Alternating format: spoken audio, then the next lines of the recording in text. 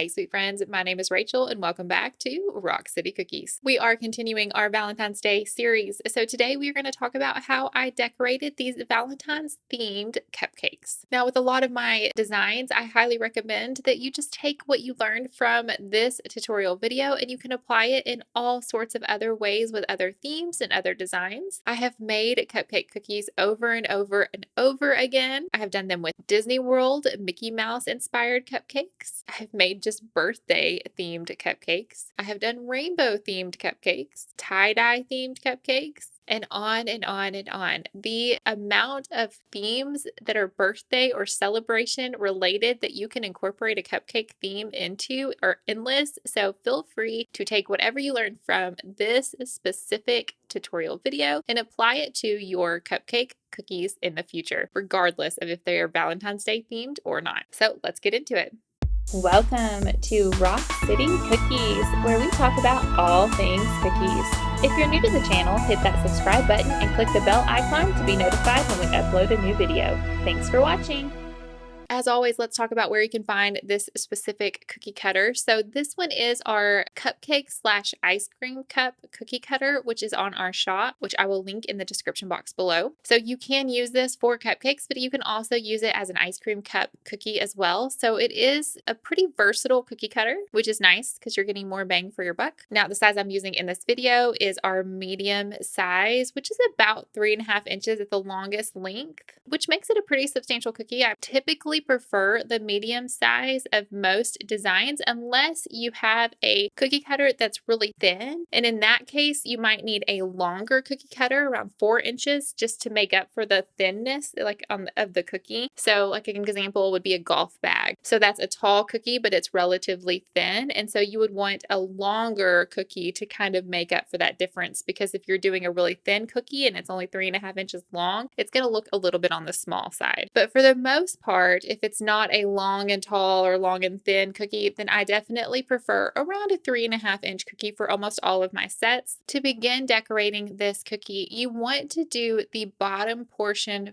first, which is where the cupcake liner is going to be. There's a couple reasons for this. You want your icing on your cupcake to kind of overlap on top of your liner. So you're going to want to do the icing last. But also we are doing a technique where we use a cupcake liner to actually make it look like a cupcake. And so you are going to have to do the icing here first, and then you're going to have to let it dry for longer than normal. So if you are doing a cupcake and you do this technique in your own sets, whatever that is, and you actually do use the cupcake liner, you want to make sure you do this particular cookie as one of the very first cookies you set down to decorate, simply because it does need the extra drying time. Now I'm going to outline my cookie down at the bottom with a thicker outline consistency icing, and I'm going to immediately, without letting it have any dry time, I'm going to outline, and then I'm going to take my thinner icing that I've watered down into a flood consistency that whenever you pull up your spatula or your spoon when you're mixing your icing, it's going to fall down like honey, about the speed that honey would run off of your spoon. I'm going to use that consistency icing to then flood the inside of my cupcake liner, the bottom part of my cupcake. After I have flooded the cookie, I'm going to take a little bit of time and get out any air bubbles, because when you go to do the next step, when you go to put the liner on your cookie, you don't want very many air bubbles, because those air bubbles will come to the surface underneath that liner and they will leave a hole in the icing. So definitely try to get out whatever air bubbles that you see. And then you are just going to take an existing cupcake liner. Now this does not have to be sprayed. It doesn't have to be nonstick. I just use whatever cupcake liners I have in my pantry. You don't have to have a special cupcake liner. You can use any cupcake liner that you have. And you are first going to cut your cupcake liner in half. And then, because you don't want a whole lot of extra material like just hanging off the side of your cookie, then you're going to actually kind of make a V on the edge of your cupcake liner. So you'll cut across, and then you'll cut off the extra liner that you don't need on your cookie. You'll cut that off. Then you can place your cupcake liner directly directly onto your cookie without having a whole lot of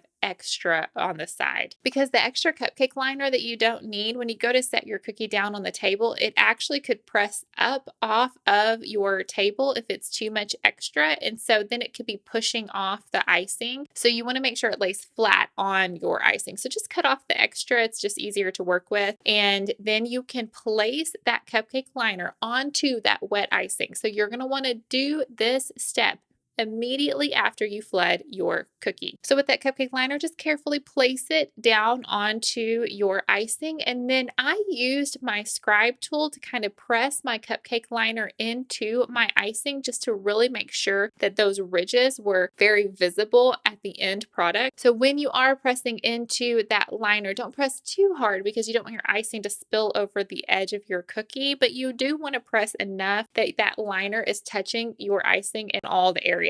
Any air bubbles underneath that liner will be visible later when it is dry. So you just want to make sure it's just nice and flush with your icing, but don't press too hard because if you press too hard, you'll push your icing off the edge of your cookie. This is another reason why it's really important to not have too thin of icing here, because if your icing is too thin, it could make this process messier. So you want a little bit thicker icing. In this case, you could even err on the side of too thick here versus too thin. You don't want too thin. You would rather have too thick of icing for this process. Now, because your icing is thick though, or on the thicker side, and because it has this liner on it where it's not getting adequate airflow as well as it normally does, it is going to take your icing longer to dry. And you cannot peel off this liner until your icing has significantly dried. If you peel off the liner too soon, you will peel off icing with your liner. So it won't hold its shape, it'll make a mess, it won't have that clean, crisp end product. So you want to give yourself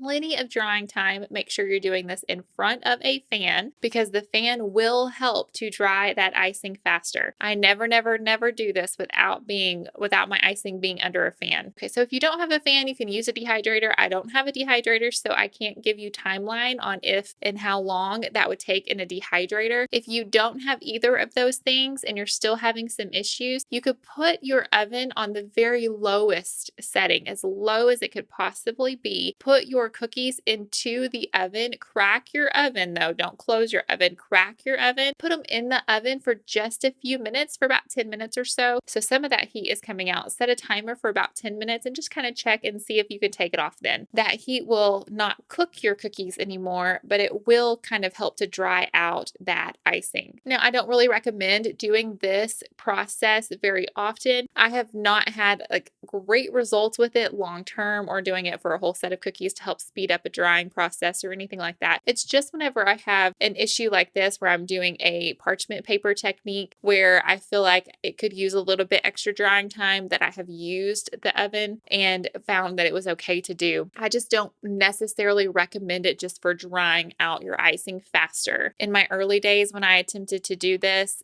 where I would just need to help instead of putting my cookies under a fan or before I was moving on to the next step, I would just try to put my icing into the oven so that I could move on to the next step faster. And what I found is I would have cracks in my icing a lot more. It would just be a little bit more temperamental. It was just a little bit not as polished of a look. And so I just don't recommend it unless you just have to.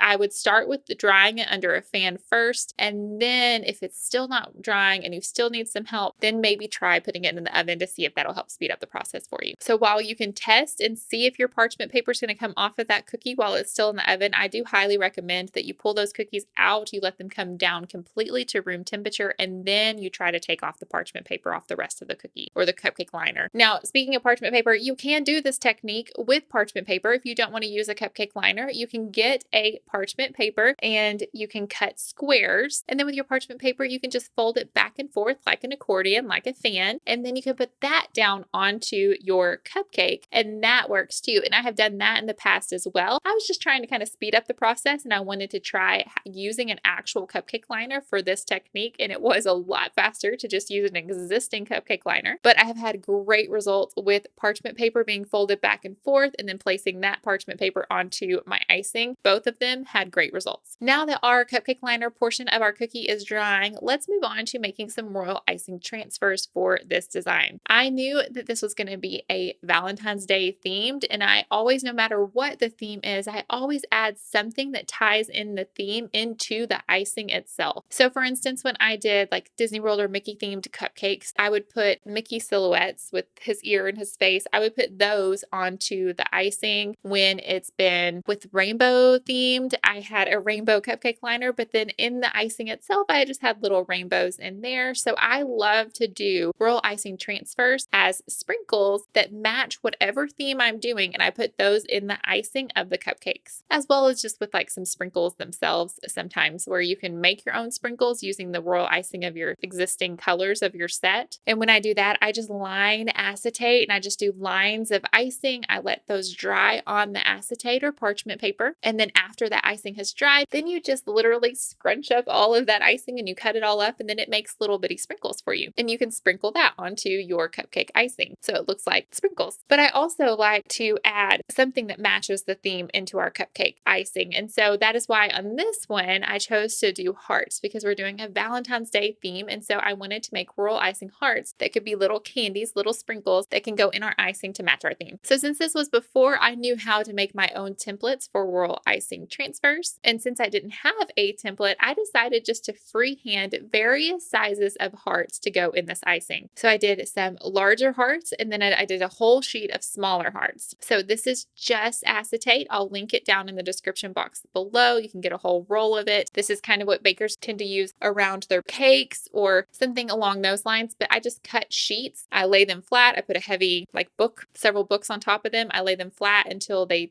like stay flat for me. And then I just store them, and then I pull them out as I need them, and I wash them and I reuse them all the time. So this sheet of acetate, I just made random hearts using my thicker icing and in all the various colors of my set. Now, as you can see, when I first started doing the very first color, that color is way too thin, and you can tell it does not keep that heart shape very well. This is why you really need thicker icing when you're doing any kind of royal icing transfer. So I don't like those ugly hearts at the very top, but I do like how the rest of the hearts look. So I just push down on my icing bag, I put a dot of icing, and then I pull down, and as I'm pulling down to make the bottom of my heart, I'm also releasing my icing bag so that I'm not putting any more pressure on that bag for more icing. I move over, I do the same thing, and I just connect the heart. Hearts are very simple to make, so you don't have to have a transfer for this at all. I knew that my cupcake was going to be various sizes of hearts. I didn't care if they matched or not. It was more of just the look of having hearts all over. But if you want to use a template for these hearts, you are more than welcome to do so. You could check out our Etsy shop, or there's tons of royal icing transfers out there on Etsy. You can just look up heart royal icing transfers and you will find a sheet or a template that you can use. If you're a member of my channel, you will get that for free on the membership platforms. All right, now the only thing about royal icing transfers, it's the same way as your cupcake liner that you just did. You always need to do transfers at the beginning of your decorating day because your transfers need some time to dry. They will not pop off of that acetate and be ready for you to use as sprinkles unless they have had a significant amount of drying time in front of a fan. So I always like to do my transfers as one of the very first things I do when I'm decorating cookies for the day, so that in the morning I do those transfers. By the time the evening comes, those transfers are ready for me to use. Even better if you can do them the night before, and then they have almost an entire day to dry. That is why I'm choosing to show you how I actually decorated my cookies in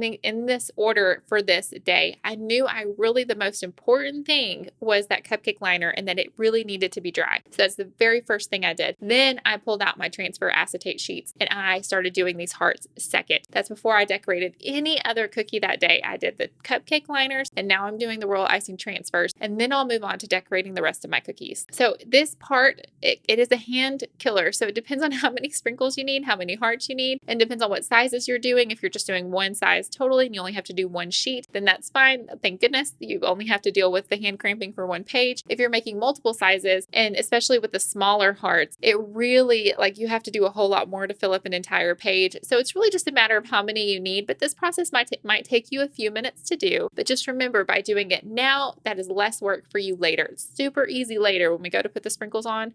Ooh, it's 2 seconds. It's so fast. So do the work now, less work later. Now, after I have let these hearts dry for a significant amount of time, I really can't remember how long they had dried. I can't remember if I did them the night before or that morning of, but I let them dry for at least 10 hours. So after they have dried for at least that amount of time, then they were ready to just pop off of that acetate. If I have a design that I don't have to worry about breaking, that aren't fragile, that don't have just like really small pieces, like hearts, they're very sturdy, I just pick up my acetate and I just kind of fold the acetate around and those sprinkles fall just right off. Sometimes you may need to give them a little bit of a nudge, and so with your finger you can typically just touch it and it'll just pop right off. Sometimes I'll get a palette knife and kind of scrape underneath if it's extra attached. But for the most part, if those royal icing transfers are ready to go, you can they just pop right off. And then I have some sort of bowl or something. I used a cupcake liner. I use my sprinkle catcher to catch them. You just need to find some sort of place to store them so that whenever you're ready to use them, you have them available right then and there. On your acetate, you will have leftover icing. It doesn't all come off, or it leaves like a little bit of an essence. And so you will need to set these aside. And then I wash my acetate sheets with just soap and hot water. I let them air dry, and then I put them back into my storage container and they're ready to go for the next time I need them. Now that our royal icing transfers are done, let's go back to our cookies. I'm going to say this one more time because it just is so important. A lot of time has passed between when I did the cupcake liners, when I did the royal icing transfers, and when I am decorating the rest of this cookie now. So I don't know why I didn't record.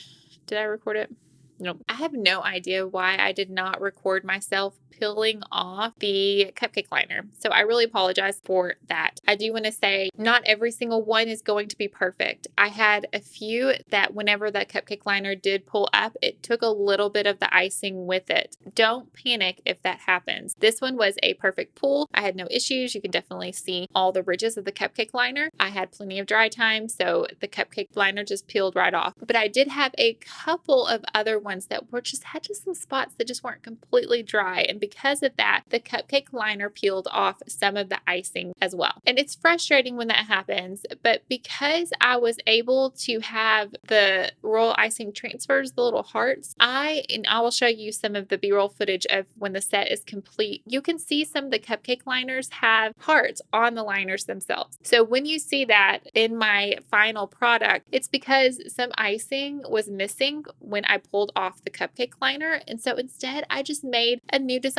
I was able to just put some of those hearts that were already in the icing, I was able to put them just on the cupcake liner themselves to hide those holes. It looked great. Nobody knew that I was covering up a mistake. So always be flexible. Always be willing to change designs if something doesn't go your way, which happens all of the time. At least for me, it does. When you are pulling off that cupcake liner, go very, very slowly. So start at a corner and just barely pull, and just do it very slowly, going back and forth. Pull from the top to the bottom, to the top to the bottom. Just go very slowly. If you feel any resistance at all, stop, let it go back under the fan for a little while, and then come back to it a little bit later. Try to peel a little bit more off. But if your icing is ready, it should come off pretty easily. And again, don't be afraid to fix some mistakes if something pulls off and you really hate how it looks or anything like that. You can definitely just do a design change and cover it up with icing and with a new design of some sort. Now, when doing this, I have to say, between when I used the parchment paper and when I used the cupcake liner was faster to do as far as putting it onto my cookie. The parchment paper, I felt like the icing dried faster.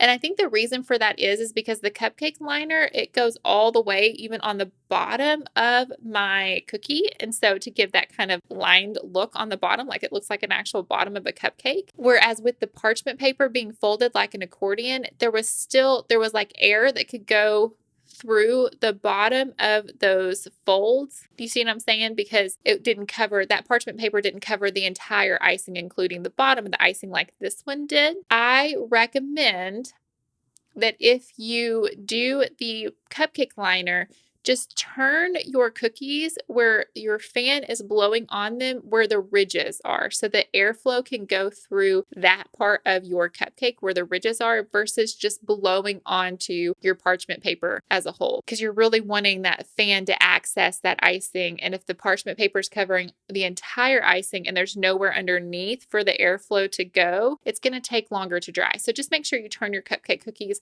around so that the accordion part is facing the fan so that the air is flowing into the icing that way. But again, because of the parchment paper having airflow on both sides of the icing, because of the ridges, it didn't have a bottom, it just had ridges on both sides. I feel like it dries a lot faster. So just keep that in mind if you're choosing which technique you want to do. If you have less drying time, you might want to take the extra time to fold up the parchment paper and use that. But if you have enough time that you can do this process, the cupcake liner was a lot faster. Now that the cupcake liner is done, we need to put some icing on our cookie. This consistency icing is what I mix my icing to from a fresh batch of white icing. I literally just scoop it out of my mixing bowl, put it into a piping bag, and then I have this consistency of icing. It looks fluffy, it looks like actual icing. So for me, it's perfect to use for this kind of icing cupcake look. If you don't have your icing thick enough, it won't look like icing. It'll just blend all together. It'll look like a flood. So this really does need to be on the thicker side of things. So you might need to add some more powdered sugar and really kind of thicken up your icing if it's too thin. But I love the fluffy look of this icing on its own. So I just, with my tipless bag, and I never mentioned this, but I prefer tipless bags unless I'm doing florals. I just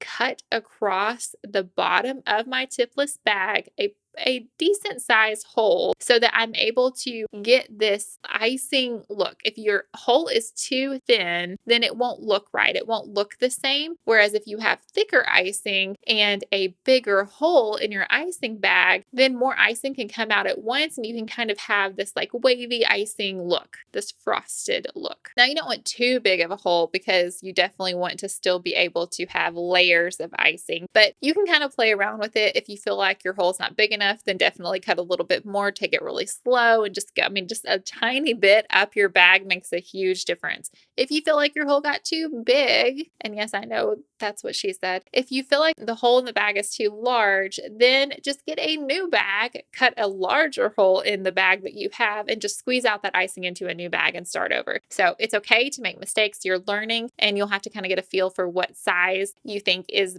right for this. It's second nature now. I don't even think about it. I just cut right across. And so just don't feel bad about experimenting. If you cut a hole that's too large, you can always just literally squeeze out your icing into another bag. Or sometimes if I'm really lazy, I'll just cut a large hole across my icing bag and then I'll just stick the entire bag into a new bag and start my hole that way. So then you have two bags in one. It really doesn't make a difference. That way works just as well. It's a little bit less messy. When you're doing your icing, you will need to kind of wiggle your hand back and forth. I kind of do circles and I rotate. So I may do a circle this way, and then as I'm going up and down the cookie, I may be just like rotating my hand and doing circles in opposite directions to kind of give that kind of wavy icing frosted look. And you'll work your way up the cupcake until you get to the very top. Now it's time to grab those royal icing transfers that you made, those hearts. And so you are going to use these little candied hearts in the frosting, and you can just randomly place them all over your frosting. You can have just a few, you can have them at the top, you can have them all throughout, you can have,